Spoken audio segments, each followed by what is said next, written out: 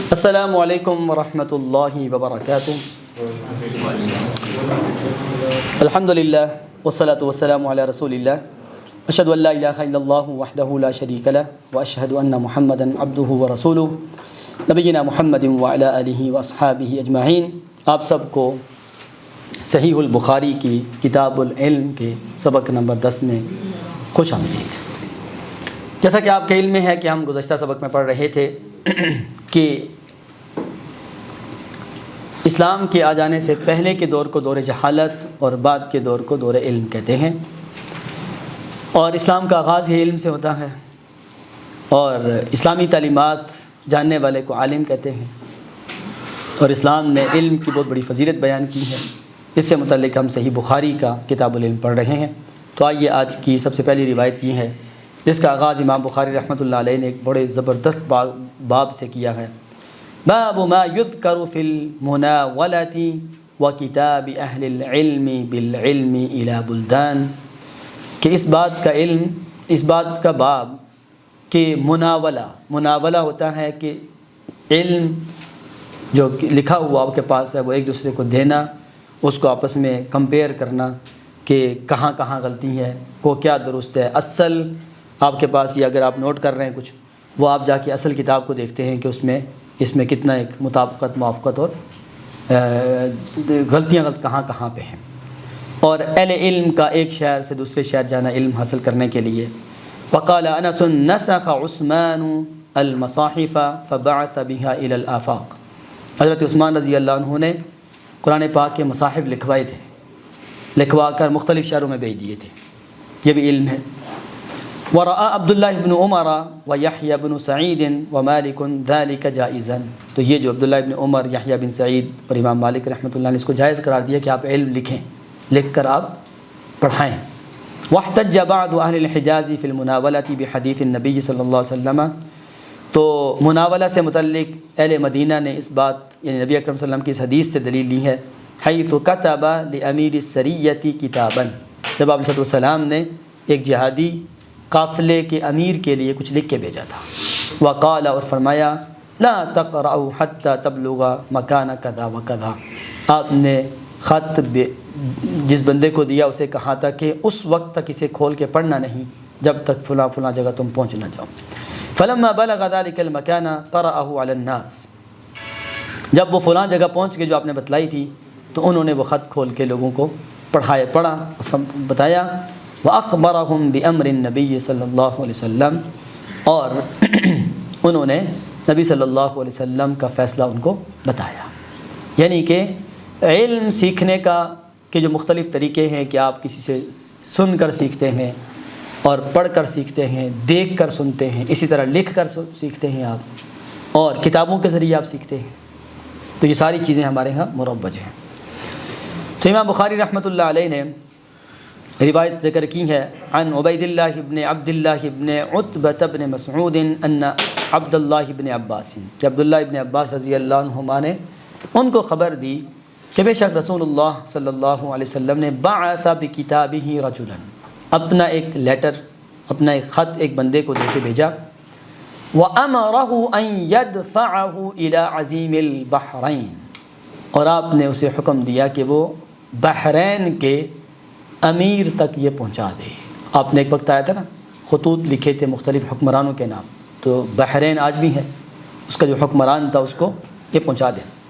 فَدَفَعَهُ عَظِيمُ الْبَحْرَيْنِ إِلَىٰ کسریٰ، یہ جو بحرین کا امیر تھا یہ کسریٰ جو سپر پاور تھی ان کا گورنر تھا، تو اس گورنر نے یہ خط آپ کا کسریٰ تک پہنچا دیا۔ فَلَمَّا قَرَأَهُ مَزَّقَهُ، جب کسریٰ نے آپ کا خط پڑھا تو پھاڑ دیا۔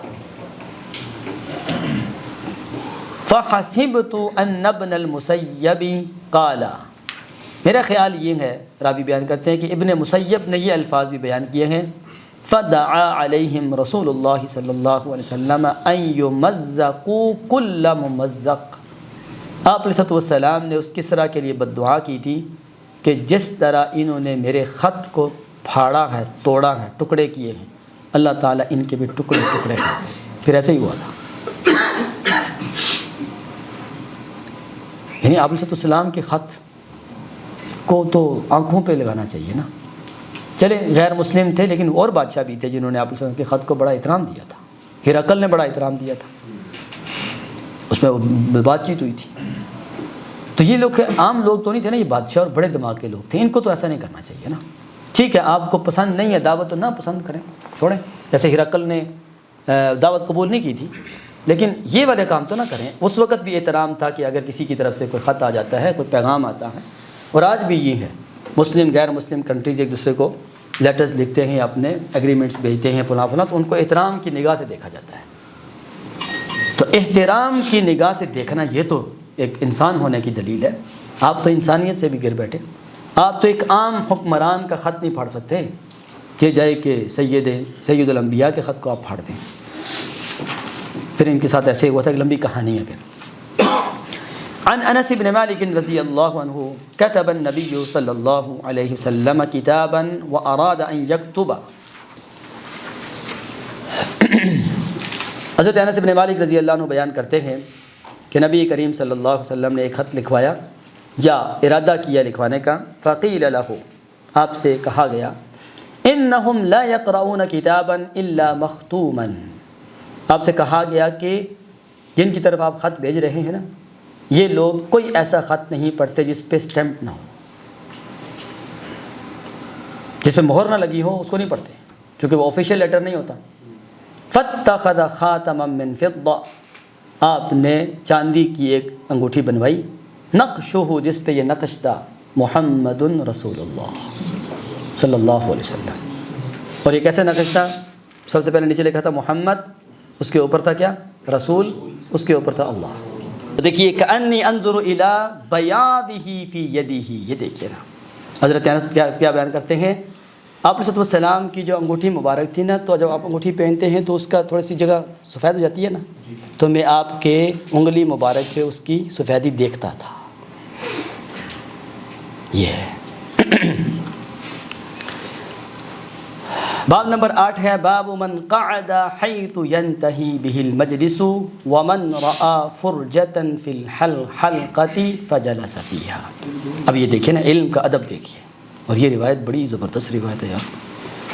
اس بات کا بیان ہے کہ مجلس میں جہاں جگہ ملے, جہاں مجلس ختم ہو رہی ہے وہاں آ کے بیٹھیں, اور اگر کوئی بندہ دیکھے کوئی سیٹ خالی ہے, من رأى فرجة في الحلقة, اگر کوئی بندہ دیکھتا ہے کہ سیٹ خالی ہے تو فجلس فیہا, تو وہ آگے آ کے بھی سیٹ پہ بیٹھ سکتا ہے.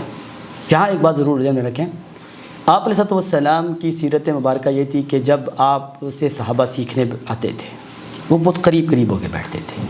یعنی یہ کہ 4 بندے یہاں بیٹھے ہوئے, وہاں 2 جگہ خالی ہے, پھر بیٹھے ہوئے, پھر ایسے نہیں, قریب قریب ہو کے. حتیٰ کہ ایک روایت میں آتا ہے کہ اتنا قریب ہو کے بیٹھتے تھے کہ اگر ان کے اوپر چادر ڈالی جاتی وہ سب اس کے نیچے آ جاتے تھے. تو یہاں کیا ہے, من قعد حیث ینتہی بہ المجلس, مجلس بری ہوئی ہے, ایک بندہ بعد میں آیا اور آ کے وہیں بیٹھ گیا کیونکہ آگے جگہ نہیں تھی. ہاں آگے آنے کی ایک جوازیت ہے کہ اگر آپ دیکھیں یار فلان سیٹ خالی ہے تو میں آگے آ سکتا ہوں. مثلا دیکھیں کہ وہ سیٹ خالی ہے وہ اوپر, تو ایک آدمی آئے گا تو وہاں سے پہنچ کے ادھر آ کے بیٹھ جائے گا, یہ ٹھیک ہے. منع کیا چیز ہے کہ آپ لوگوں کی گردنیں پھلانگتے ہوئے آگے آئیں اور آگے تنگ کریں, اس سے سخت منع کیا گیا ہے. عن ابی واقد اللیثی رضی اللہ عنہ ان رسول اللہ صلی اللہ علیہ وسلم بینما هو جالس فی المجلس والناس معه. ابو واقد اللیثی بیان فرماتے ہیں کہ رسول اللہ صلی اللہ علیہ وسلم تشریف فرما تھے مسجد میں اور لوگ آپ کے ساتھ بیٹھے ہوئے تھے. اذ اقبل 3 نفر, 3 بندے داخل ہوئے. اذ اقبل 3 نفر, تو 3 بندے آئے. آپ تشریف فرماتے, علم کی مجلس ہو رہی تھی, صحابہ بیٹھے ہوئے تھے. اب آپ دیکھیے بڑی اہم بات, فاقبل 2 الى رسول اللہ صلی اللہ علیہ وسلم وذهب واحد, 2 آئے اور آ کے مجلس میں بیٹھ گئے اور ایک واپس چلا گیا. قال فوقفا على رسول اللہ صلی اللہ علیہ وسلم, وہ جو 2 بندے آئے تھے وہ آ کے کھڑے ہو گئے. فاما احدهما, ان میں سے ایک نے کیا کیا, فرآ فرجة فی الحلقة فجلس فیہا, اس نے مجلس میں ایک خالی جگہ دیکھی, وہاں آ کے بیٹھ گیا. واما الاخر, اور دوسرا, فجلس خلفهم, پیچھے ہی بیٹھ گیا. واما الثالث فادبر ذاهبا, اور تیسرا جو ہے واپس چلا گیا۔ اب واپس جانے کی کیا وجہ ہے؟ کیا مجلس میں جگہ نہیں تھی یا پھر بس وہ واپس ایسے ہی چلا گیا، واللہ اعلم۔ فلما فرغ رسول اللہ صلی اللہ علیہ وسلم قال، جب آپ صلی اللہ علیہ وسلم اپنی گفتگو سے فارغ ہوئے تو آپ نے فرمایا الا اخبرکم عن النفر الثلاثہ، کیا میں تمہیں 3 لوگوں کے بارے میں بتلاؤں نا؟ اما احدهم فآوى الى اللہ فآواہ اللہ، یہ ہے نا علم کی فضیلت۔ پہلا بندہ یا ان میں سے ایک جس نے اللہ کی جانب پناہ لی، اللہ نے اس کو پناہ دی، یعنی اللہ کی مجلس ہے یہ۔ وہ آیا اور اس نے مجلس میں جگہ خالی دیکھی، وہاں بیٹھ گیا، اللہ تعالیٰ نے اس کو بھی قبول کر لیا۔ وَأَمَّا الْآخَرُ فَاسْتَحْيَا اللَّهُ مِنْهُ، جو دوسرا تھا وہ شرما گیا کہ میں درمیان میں جا کے کیسے بیٹھوں، شرما کے پیچھے بیٹھا، اللہ تعالیٰ نے بھی اس کا خیال رکھا۔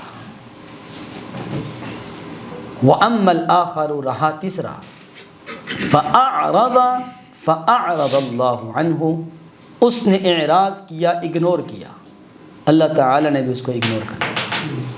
ہوئے ہوئے ہوئے ہوئے ہوئے، علم کی مجلس سے آ کر چلے جانے کا دیکھیں حال کیا بنتا ہے۔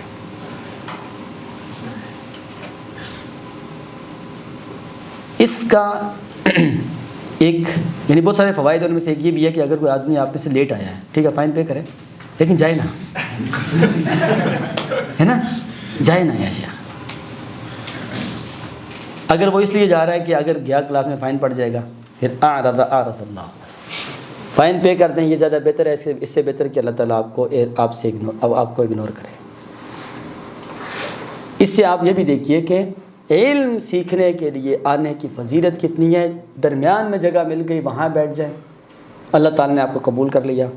آپ علم کی مجلس میں آخر میں بیٹھ جائیں، یہ بھی بہت بڑا فضل کہ اللہ تعالیٰ کے پیارے بندے اور مخلوق جو ہے نا وہ علم حاصل کر رہی تھی، آپ نے کسی کو ڈسٹرب کرنے سے شرم کی تو اللہ تعالیٰ نے آپ کا بھی لحاظ رکھا یار کہ آپ نے کسی کو ڈسٹرب نہیں کیا۔ اسی لیے یہ اہل علم کے ہاں یہ بات بھی معروف تھی کہ اگر علمی مجلس ہو رہی ہے نا، باہر سے کوئی بندہ آ کے یہ نہیں کہہ سکتا یار آپ کو باہر کا بندہ بلا رہا ہے، بالکل غلط ہے یہ۔ آپ آگے کسی کوآرڈینیٹر کو یا کسی ذمہ دار کو کہیں یار یہ ہے، یہ بھی نہیں کس کی گاڑی ہے وہ بلا رہے ہیں، نہیں یہ نہیں، آرام سے، کیونکہ سب کی گاڑی تو نہیں ہے نا، سارے ڈسٹرب ہوں گے۔ ایسی کوئی بات جو آپ کو ڈسٹرب کرے پوری کلاس کو، تو اس سے بہتر یہ ہے کہ آپ جو ہے خیال رکھیں۔ اللہ تعالیٰ بھی ان لوگوں کا خیال کرتا ہے جو مجلس، علمی مجلس کا بڑا خیال رکھتے ہیں۔ یعنی علم کی فضیلت اتنی ہے کہ علمی مجلسوں کا بھی بڑا احترام ہے۔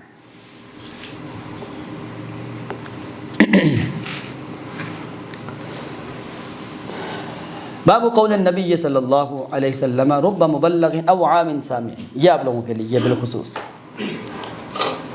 نبی اکرم صلی اللہ علیہ وسلم کا یہ فرمان کہ رب مبلغ، کتنے ہی ایسے اسٹوڈنٹس، مبلغ کہتے ہیں وہ جن تک بات پہنچائی گئی ہو، او عام سامع، سننے والے یعنی استاد سے زیادہ سمجھ جاتے ہیں۔ یعنی علمی بات یہ ہے کہ بسا اوقات شاگرد اور اسٹوڈنٹس ٹیچر سے زیادہ بڑے عالم بن جاتے ہیں، اور ٹیچر اور والدین وہ دو ہستیاں ہوتی ہیں جو پسند کرتی ہیں ہمارے بچے اور ہمارے اسٹوڈنٹس ہم سے آگے جائیں۔ ان دونوں کے علاوہ کوئی اگر آگے جائے گا تو وہاں جیلیسی اور حسد آ جاتا ہے۔ واضح؟ تو روایت کیا ہے؟ عن عبد الرحمن بن ابی بکرۃ عن ابیہ ذکر النبی صلی اللہ علیہ وسلم قعد علی بعیرہ، ذکر النبی صلی اللہ علیہ وسلم قعد علی بعیرہ۔ یہ ابو بکرہ رضی اللہ عنہ بیان کرتے ہیں کہ آپ صلی اللہ علیہ وسلم کا انہوں نے ذکر کیا جو اپنے اونٹ پہ تشریف فرما تھے۔ وَأَمْسَكَ إِنسَانٌ بِخِطَامِهِ أَوْ بِزِمَامِهِ، ایک بندے نے آپ کے وہ لگام پکڑی ہوئی تھی۔ قَالَ أَيُّ يَوْمٍ هَذَا، یعنی آپ نے پوچھا آج کون سا دن ہے؟ فَسَكَتْنَا، ہم خاموش ہو گئے، حَتَّى ظَنَنَّا أَنَّهُ سَيُسَمِّيهِ سِوَى اسْمِهِ، ہم کیوں خاموش ہو گئے؟ اس لیے کہ ہو سکتا ہے کہ آپ علیہ السلام آج کے دن کا اور کوئی نام لے لیں۔ قال، آپ نے پوچھا الیس یوم النحر، کیا آج یہ یوم النحر 10 ذوالحجہ نہیں ہے؟ ہم نے کہا ہاں کیوں نہیں وہی ہے۔ آپ نے فرمایا فأی شہر ھذا، یہ کون سا مہینہ ہے؟ ہم خاموش ہو گئے، ہم نے سمجھا کہ آپ اس کا کوئی اور نام بتائیں گے۔ تو آپ نے پوچھا الیس بذی الحجہ، کیا یہ ذو الحجہ نہیں ہے؟ ہم نے کہا ہاں کیوں نہیں۔ آپ نے فرمایا فإن دماءکم واموالکم واعراضکم بینکم حرام کحرمۃ یومکم ھذا فی شہرکم ھذا فی بلدکم ھذا، کہ تمہارے خون، تمہارے مال اور تمہاری عزتیں یہ اسی طرح تمہارے درمیان قابل احترام ہے جس طرح کہ آج کے دن کا احترام ہے اور اس مہینے کا احترام ہے اور اس شہر مکہ کا احترام ہے۔ یا احترام مانا کرتے ہیں یا یہ مانا کرتے ہیں، دونوں ایک ہی مطلب ہے۔ تمہارا آپس میں خون بہانا، مال ضائع کرنا اور عزتوں سے کھیلنا اسی طرح ہی حرام ہے جس طرح آج کے دن اس مہینے اور اس شہر کی حرمت کو پامال کرنا حرام ہے۔ یعنی ایک مسلمان کی عزت خانہ کعبہ کی عزت سے زیادہ ہے، ایک مسلمان کا مال یعنی اس مقام مقدس سے زیادہ ہے، قیمتی ہے، انسان کی جان بھی۔ تو لِيُبَلِّغِ الشَّاهِدُ الْغَائِبَ، یہ جتنے لوگ آج حجۃ الوداع کے موقع پر موجود ہیں، یہ موجود لوگ ان لوگوں تک میرا پیغام پہنچا دیں جو یہاں موجود ہیں۔ الغائب سے مراد جو لوگ وہاں موجود نہیں تھے، قیامت تک آنے والے لوگ، ان تک یہ پیغام پہنچا دیں۔ پھر آپ نے فرمایا فإن الشاہد عسى أن يبلغ من هو اوعى له منه، آپ نے فرمایا جو موجود لوگ ہیں یہ پہنچائیں، ممکن ہے کہ جو پہنچا رہا ہے اس سے زیادہ وہ سیکھ جائے جو اس سے سن رہا ہے۔ اور آپ دیکھتے ہیں نا کتنے محدثین ہیں جن کا نام بہت ہے آج بھی، جیسے امام بخاری رحمۃ اللہ علیہ کی کتاب پڑھ رہے ہیں، ان کا کتنا بڑا نام ہے، لیکن ان کے اساتذہ کا اتنا نام نہیں ہے۔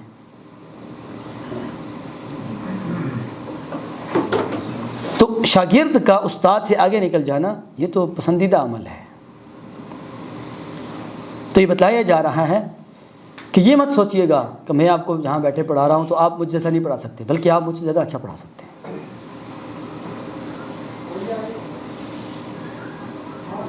لہٰذا علم بانٹنے کے لیے، سکھانے کی نیت سے آپ حاصل کریں، چونکہ یہ نبی کریم صلی اللہ علیہ وسلم کی طرف سے ہمارے اوپر ایک ذمہ داری ہے۔ یعنی کہ جو آدمی کتاب و سنت پڑھ رہا ہوتا ہے، پڑھا رہا ہوتا ہے نا، وہ دنیا کا سب سے بڑا کام کر رہا ہوتا ہے۔ بعض اہل علم یہی بیان کرتے ہیں جو کتاب و سنت پڑھاتے ہیں، پتہ ہے کیا کہتے ہیں؟ ہم دنیا میں سب سے بڑا بزنس کرتے ہیں، چونکہ یہ اللہ کے ساتھ بزنس ہے۔ اور اس بزنس کے بارے میں سورہ فاطر میں آتا ہے تجارت لن تبور، اس میں لاس نہیں ہے، پروفٹ ہی پروفٹ ہے، 100% سے بھی زیادہ، پڑھنے کے بعد بھی پیسیو انکم ہے یہ۔ یعنی اگر آپ لوگ یہ پڑھائیں گے تو آپ کا کیا خیال ہے، میں اگر اپنے گھر جا کے سویا ہوا ہوں، آپ ایک کلاس پڑھا رہے ہیں، مجھے اجر ملے گا؟ اجر ملے گا۔ میں سو رہا ہوں، مجھے اجر ملے گا۔ اچھا یہ بتائیے، میں آپ کو پڑھا رہا ہوں، میرے اساتذہ کو مل رہا ہے؟ جو میرے اساتذہ فوت ہو چکے ہیں ان کو بھی مل رہے ہیں، جو ان کے اساتذہ فوت ہو ان کو بھی مل رہے ہیں، حتیٰ کہ کرتے کرتے چونکہ میرے پاس پراپر چین اور سند ہے، میرے سے لے کر امام بخاری رحمۃ اللہ علیہ تک مستقل سند میرے پاس موجود ہے، درمیان میں کوئی انقطاع نہیں ہے، حتیٰ کہ کرتے کرتے کرتے کرتے کرتے کرتے نبی کریم صلی اللہ علیہ وسلم تک یہ سارا اجر جا رہا ہے۔ آپ کا کیا خیال ہے، امام بخاری رحمۃ اللہ علیہ تک یہ اجر جا رہا ہوگا؟ یہ LMLM ہے، یہ MLM ملٹی لیول مارکیٹنگ ہے، یہ نیٹ ورک مارکیٹنگ یہ اصل میں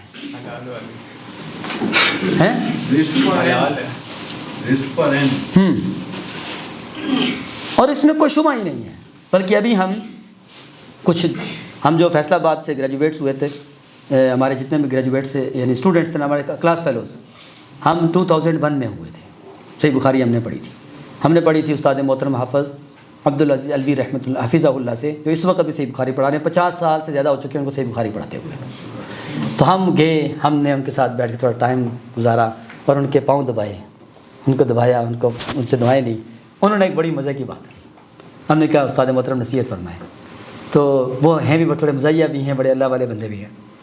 پتہ ہے کیا فرماتے ہیں؟ ہمیں بڑی خوشی ہے کہ آپ لوگ جہاں جہاں کام کرتے ہیں، جو بھی اچھے کام کرتے ہیں، ان کا اجر اللہ تعالیٰ ہمیں دیتا ہے، لیکن جتنے آپ غلط کام کرتے ہیں اللہ کا فضل ہے اس کا گناہ ہمیں نہیں ملتا. کیا کہہ رہے ہیں؟ استاد ایک ایسی کمال چیز ہوتی ہے کہ اس اجر ہی اجر لے جاتا ہے. آپ بنے نا استاد، یہ کوئی مشکل تھوڑا ہے. بلکہ میں نے یہ دیکھا کہ آپ لوگ جو اسکول یونیورسٹیز کے گریجویٹس ہیں نا، آپ لوگ بہت اچھا پڑھا سکتے ہیں. ہم بنسبت ہمارے، کیونکہ ہماری ایجوکیشن جو ہے نا عربک ہے، ہمارا میڈیم عربک تھا. ہمیں ایک عربی کلاس دیں ہم اچھی پڑھا دیں گے. تو آپ میں سے کتنے لوگ ابھی نیت کرتے ہیں اس حدیث کو پڑھ کے آپ پڑھائیں گے انشاءاللہ؟ بتائیں. کوشش کریں گے جس حد تک پڑھا سکیں. ہاں، کوشش، دعائیں، محنت، اخلاص اور کوشش. یعنی پاکستانی قوم جس کام میں کوشش کرتی ہے نا حقیقتاً، وہ کام دنیا میں ہو کے رہتا ہے. لیکن صرف جو ہے نا وہ کہنے کی تک آپ لوگ پڑھائیں.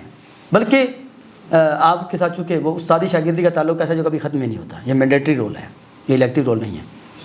اگر آپ یہ جس طرح والد کو نہیں کہہ سکتے نا کہ کل سے آپ میرے والد صاحب نہیں، اس طرح آپ استاد سے نہیں کہہ سکتے کل سے میں آپ کی شاگردی سے جو ہے نا جی جو ہے نا کیا کہتے ہیں وڈرا ہو رہا ہوں، استعفیٰ دے. نہیں، عہد نہیں ہے، عہد نہیں ہے، ارادہ ہے شیخ. دیکھیں نا انہوں نے ٹائم مینجمنٹ کیا، ان کو اندازہ ہو گیا کہ عہد کیوں نہیں لیتے. سوچ سمجھ کے الفاظ بولے. آپ نہ کسی کو ٹائم دیا کریں نہ کسی کو دیا کریں وعدہ تھا نہیں، ارادہ ملیں گے. تو ہم آپ سے پوچھا کریں گے کہاں پڑھا رہے ہیں آج کل حدیث، کہاں پڑھا رہے ہیں.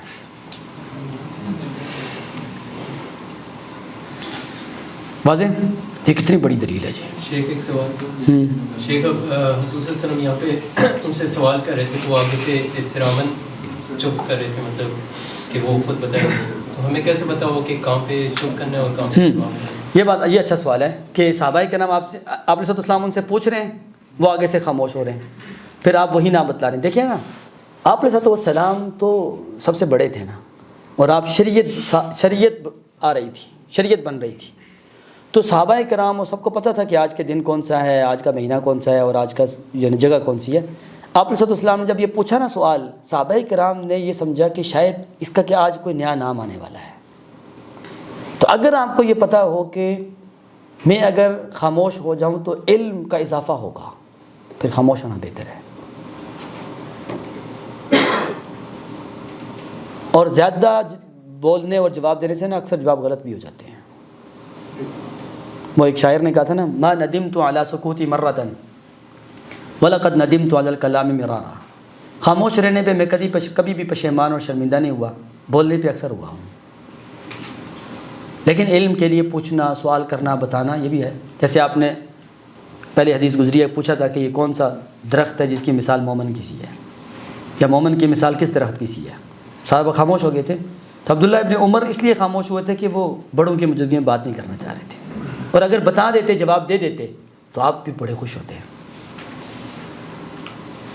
تو احتراماً خاموش رہنا اس غرض سے کہ کوئی اور علمی نکات ملیں گے، زیادہ اچھا ہے زیادہ.